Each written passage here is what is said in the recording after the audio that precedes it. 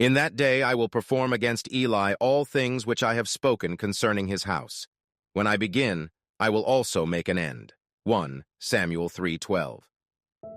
Eli had greatly erred in permitting his sons to minister in holy office.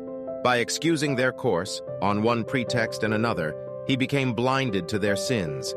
But at last they reached a pass where he could no longer hide his eyes from the crimes of his sons. The people complained of their violent deeds, and the high priest was grieved and distressed. He dared remain silent no longer. But his sons had been brought up to think of no one but themselves, and now they cared for no one else. They saw the grief of their father, but their hard hearts were not touched.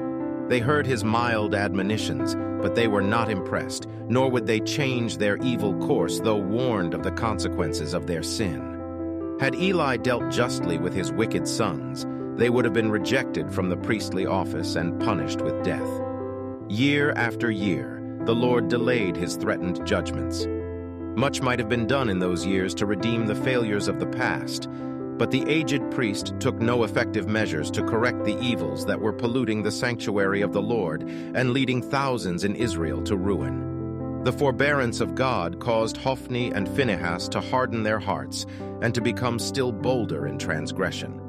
The messages of warning and reproof to his house were made known by Eli to the whole nation. By this means he hoped to counteract, in some measure, the evil influence of his past neglect.